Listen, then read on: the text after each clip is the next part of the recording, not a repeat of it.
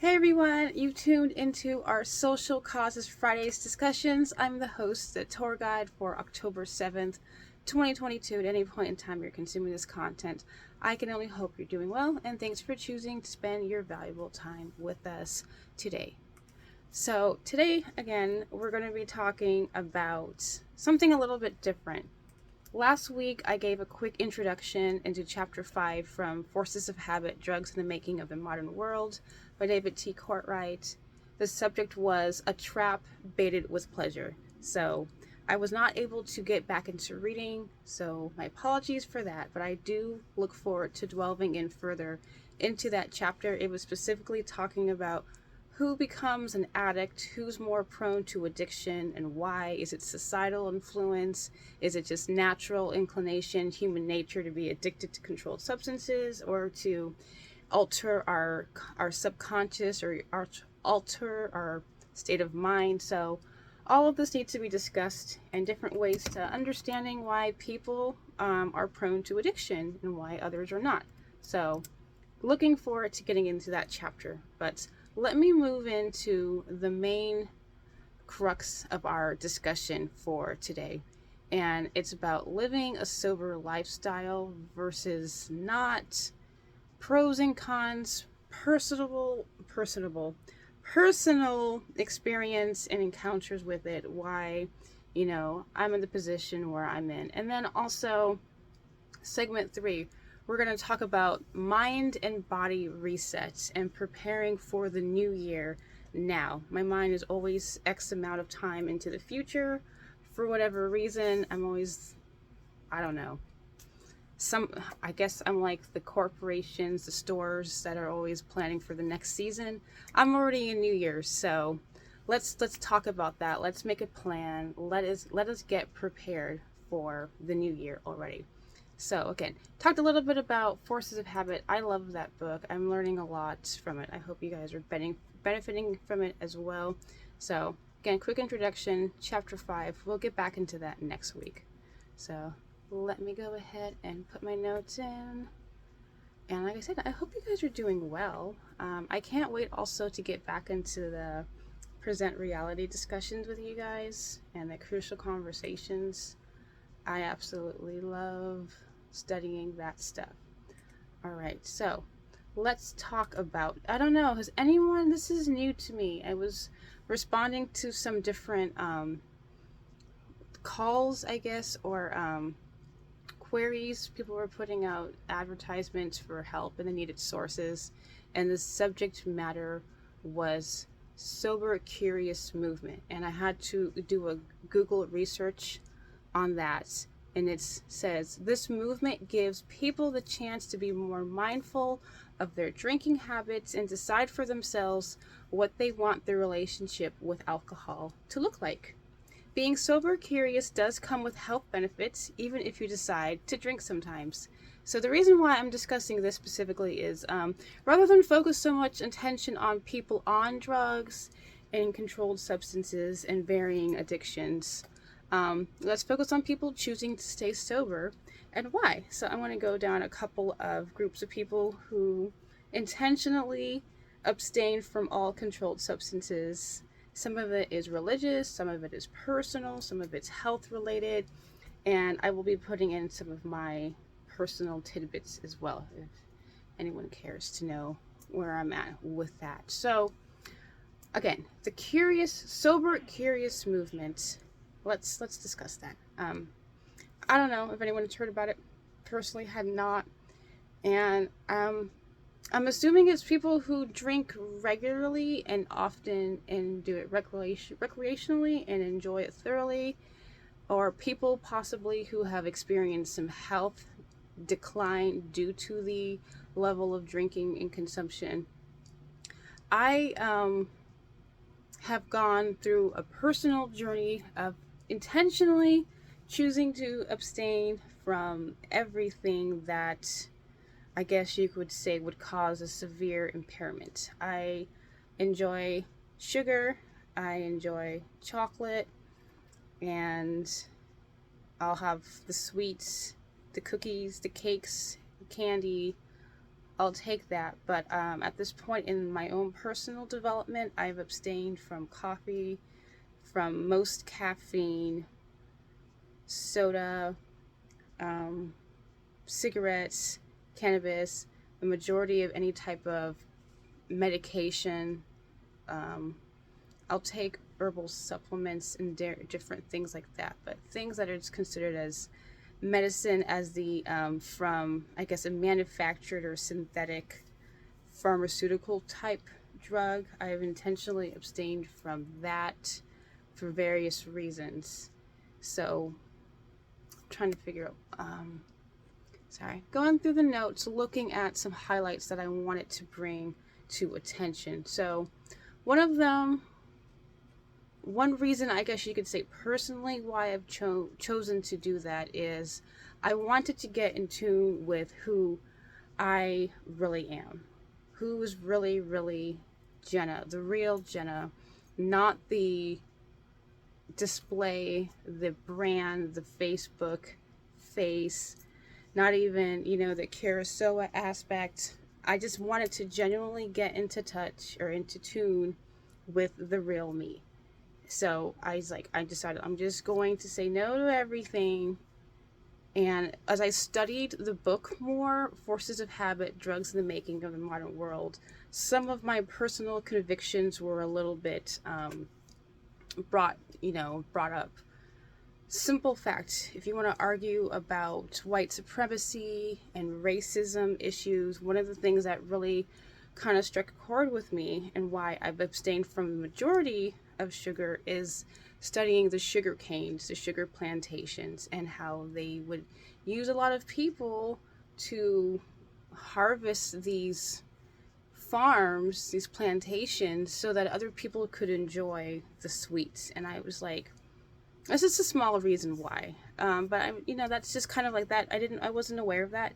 And I'm not opposed to sweets and all of that, but I'm like, what? During this personal development and this transitional period in my life, I really want to try to, every time I take a piece of candy or a piece of chocolate or drink a soda or anything, like, I know people who make their own homemade baked goods, and I want to appreciate it. Like, I want to say, this is a labor of love. Someone invested their time and energy into making this. So when I enjoy chocolate and candy and cookies and soda, I really, really take into deep account of the ancestors, the people who were forced to work on these plantations, who were harvesting and bringing sugar for the enjoyment of other people. So I definitely take these things to heart. When I attend Bible study, that's usually when I kind of imbibe in sugar, and I really, really enjoy it. And it's a treat, and I'm very appreciative of the fellowship, the opportunity I have with loved ones, and spending time in God's Word. So that's why I really enjoy the candy. I feel like this is a special opportunity. So that's just one reason. Also, talk about health-wise, preventative, just trying to keep that in check. We can go into a lot more detail about health, pros and cons on sugar, but definitely alcohol is another one where I'm not where I want to be in life. I'm still trying to self-improve. I'm moving towards the goal.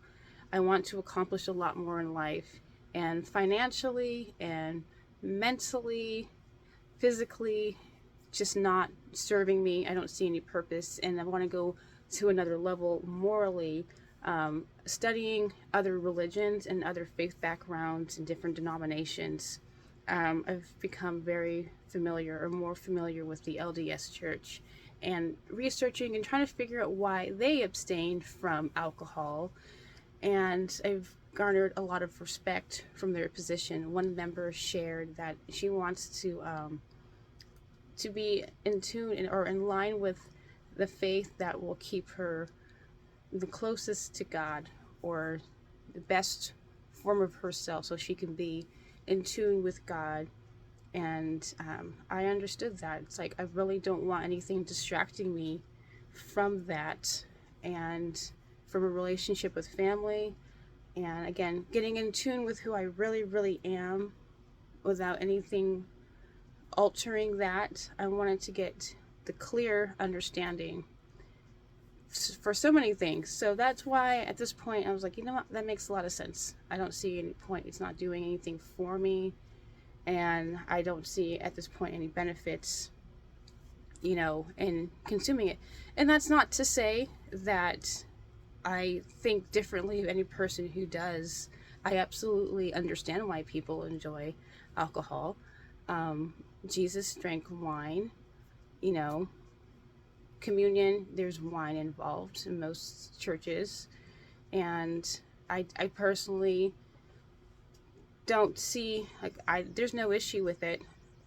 I'm just, again, this is what I'm doing right now in response to the sober curious movement.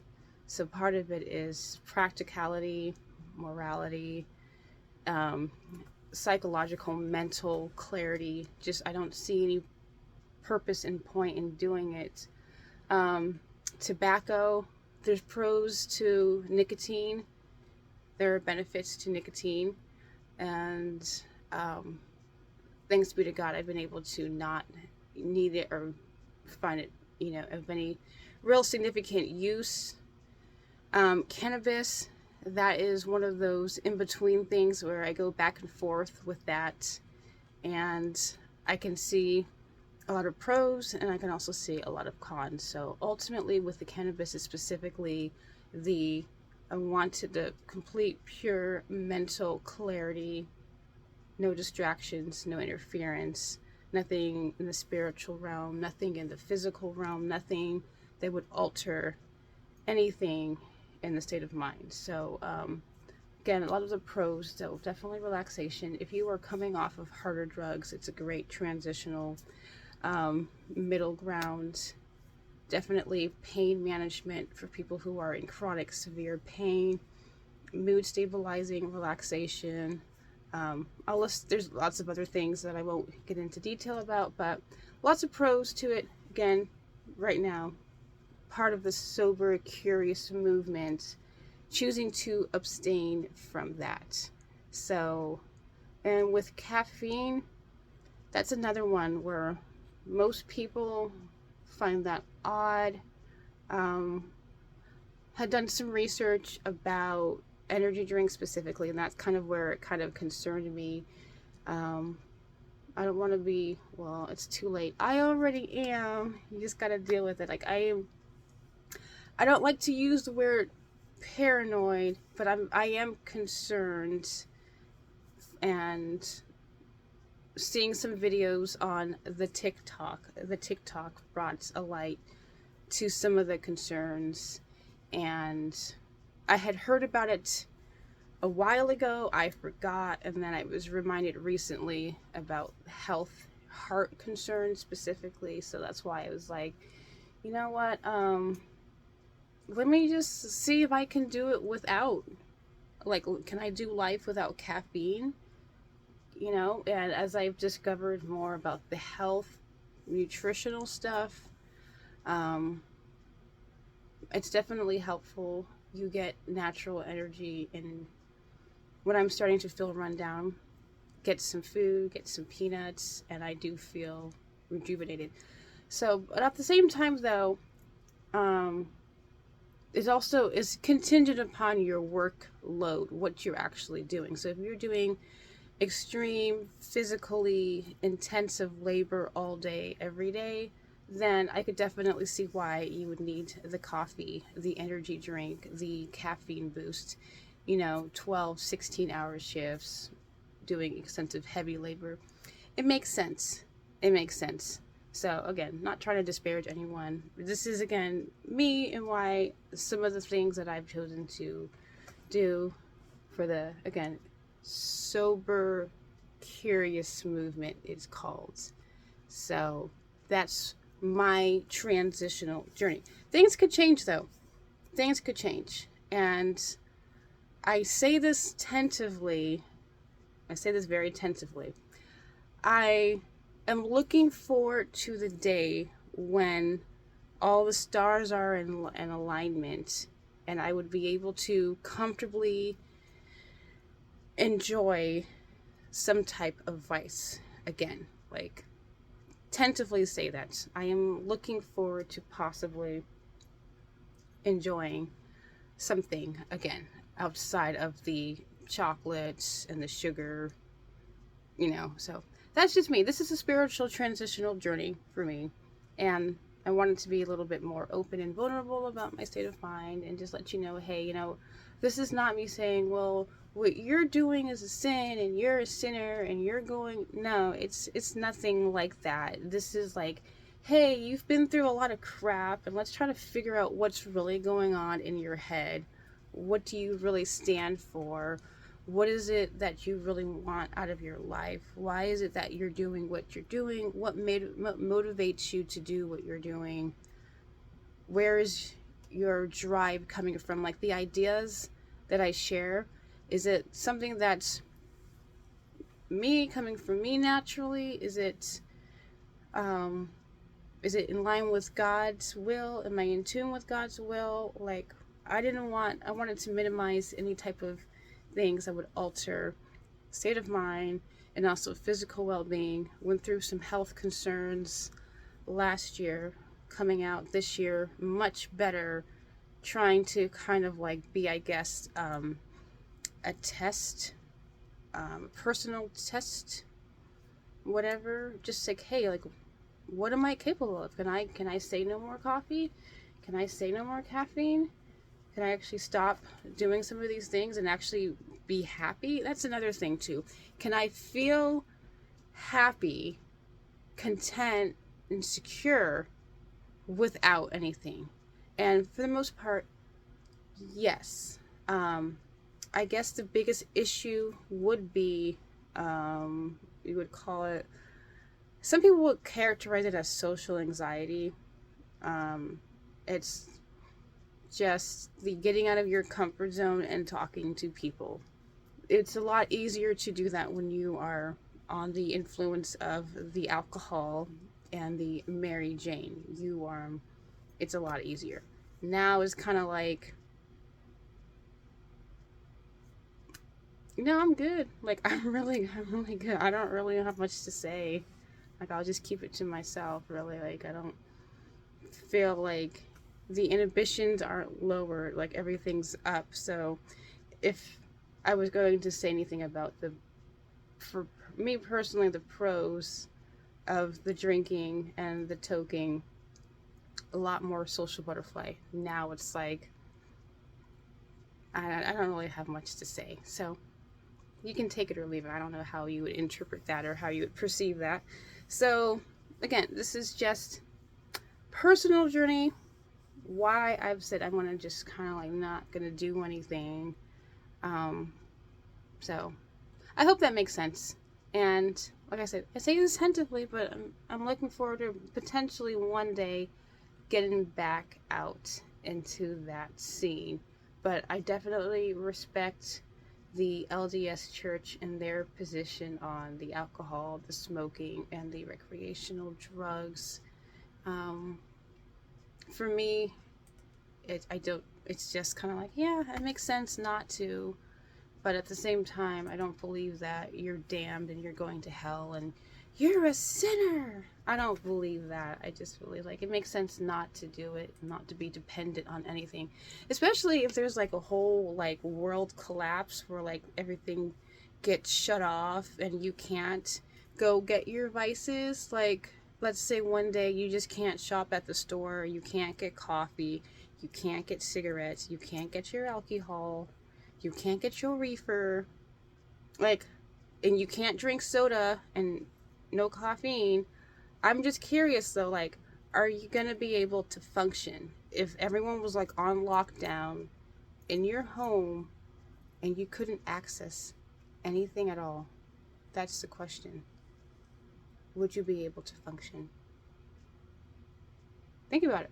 Like, if they said tomorrow everyone's on lockdown, you can't have anything except for like beans and rice, would you be able to function?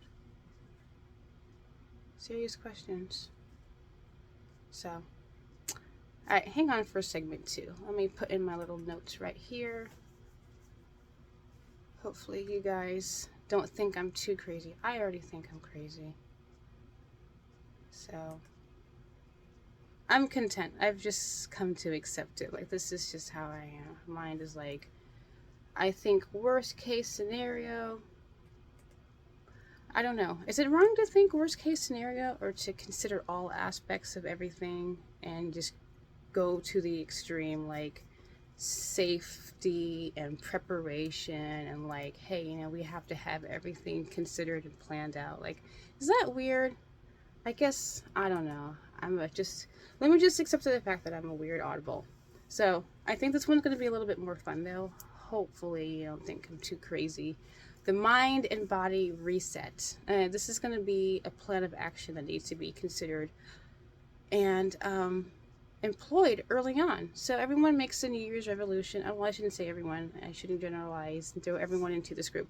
Many of the people in civilization, modern day civilization, they embark in this tradition of making a New Year's resolution. So we're in that holiday season. It is October, and people are already in the festive state. So I find it interesting, though, because you start a holiday, the season, with a crap ton of candy and sugar, and then you binge eat on Thanksgiving, which is cool. And after that is holiday parties and cookies and Christmas, and with more candy and more food. And then they say, okay, everyone, guess what? You're going to start a New Year's resolution, and you're going to just, yeah, a lot of people. Some people can do it cold turkey. I was never able to hold on to any resolution that I could think of. The only thing that I've discovered was a transitional process. It's been a constant, like, change, and I'm just now able to say, like, I'm sober fully, and I feel happy and content, not imbibing in drugs, I guess you could call it, the caffeine, the cigarettes, the coffee, or whatever. Like, it's weird. I never thought that I would be in this point. I've seen people make videos. I've heard people talk about living sober. It didn't make any sense to me. I'm like, life seems so boring. And I'll give you that. Like, you people know how to party. We like to party. Yeah, I like to party. Jenna likes to party. Jenna doesn't party anymore. And it's weird just to sit here and like, this is life right now, and I know I'm okay with it. I'm comfortable, so it's really weird. But like I said, some people are able to quit cold turkey and say, hey, I'm going to stop drinking, I'm going to stop smoking, I'm going to go to the gym, I'm going to do all my diet plans, I'm going to do X, Y, and Z. Some people can do it and stick with it. Like, even money management, budgeting. Oh gosh, I'm working on that. Some people are great at it, and some people, like me, it's just, I never really was disciplined with it. So now I'm practicing. That's one of my things I am practicing on. So let's talk about ways you can do this. This is the best way to do it. When you're having fun, the holidays, this is a great time to practice. Okay? So I'll be bringing up more, because I wrote all these notes out in 2021. I had a whole bunch of notes of how to prepare for the new year, and I get to share it with you guys in 2022. So look for more of these, but these are just a couple that I want to share with you today. So if you want to eat healthier, but you're not ready to give up everything, what you can do is you can introduce the new foods into your weekly meal plans, and then start making a list of everything that you do like. So when you're ready for the new year, you have a list of, hey, I already tried this, and I like this, and I like this food, and I like this vegetable, and I like that. Start incorporating more of the stuff you do like. So once the New Year's hits and you're like, all right, I'm ready to start my resolution, you already have a list of things that you like, and you tried it in between the holiday parties. Another one, I've always wanted to do it. I haven't done it yet, but I think it sounds like so much fun. So instead of watching Iron Chef or those shows, Chopped, or whatever people watch on the television. So instead of watching the reality show, make it a reality. So you've got an Iron Chef themed potluck. You pick a new ingredient, say kale, for example.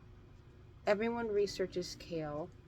You find recipes, and then got someone going outside.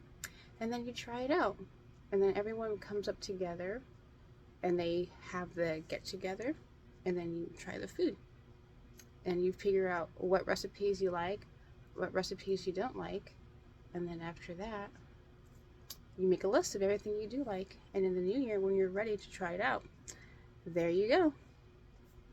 Hopefully that will give you some incentive or motivation to try something new. To practice fasting during the season, and that includes food or sodas, alcohol, any type of controlled substance or drugs. And then the reward would be, let's say your company is having their annual Christmas party. So you say, well, I want to fast from something or abstain from something for 3 or 4 days just to see how it feels. So you can kind of get your mind prepared, like, this isn't comfortable, this sucks, I don't like it, but hey, this is just practice, because at the end of the week I'm going to get so drunk at that party, or I'm going to like pig out. And then afterwards you're like, okay, I remember how that feels. So in the new year, when you say I'm going to do a fast, you'll remember, okay, yeah, I had all these experiences, but hey, you know, I got through it, and it'll be easier the next time. So that's the hope and the objective. So practice fasting, try an Iron Chef potluck challenge, try some new food, introduce a new menu item periodically. And again, we're just now hitting October. We're in the first week of October, so you can do this all the way through December, and just keep a list of things like, hey, you know what, I need to eat more of this type of food, and guess what, I've found 5 dishes that include these types of foods that I really like. So instead of every single day eating stuff I shouldn't eat, I can do every other day. So one day you can have like your favorite foods, fast food, and then the next day I'm going to eat the healthier foods, and then slowly, gradually say, okay, you know, like I can handle this. It's not so bad. So you'll go with 2 days with the healthier options, and then 1 day with the stuff that's not the best, but you still like it, and then switch it up. And then you can do 1 week where I'm not going to have any soda or any of this, and then the next week you can have the soda again, and then you could replace it for something you don't like, and you know, just kind of mix and match things. And then one day you'll say, you know what, I'm going to just abstain from everything that I know I'm not supposed to have, and then that weekend I'll go ahead and just enjoy myself, and then slowly kind of like switch it out, rotate it. So just some thoughts, suggestions for the mind and body reset. Get practicing while you're having fun. Make it a game, have a competition, try new recipes, challenge yourself to do something different. So that's pretty much it. And then also, again, the sober curious movements. Do a little bit of research into that, why you want to do it, the pros and cons, and yeah, explore it a little bit. I'm still, again, it's still curious. I'm having a positive experience so far. So just wanted to share some of that, some of the reasons why I've chosen to live this way. Not something that I ever imagined I ever would, but here I am right now. I'm doing pretty well, enjoying this process.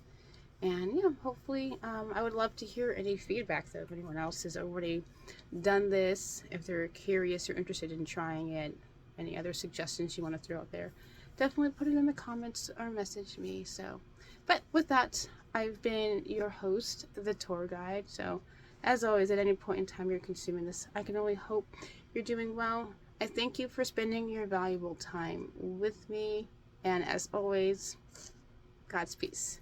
Take care.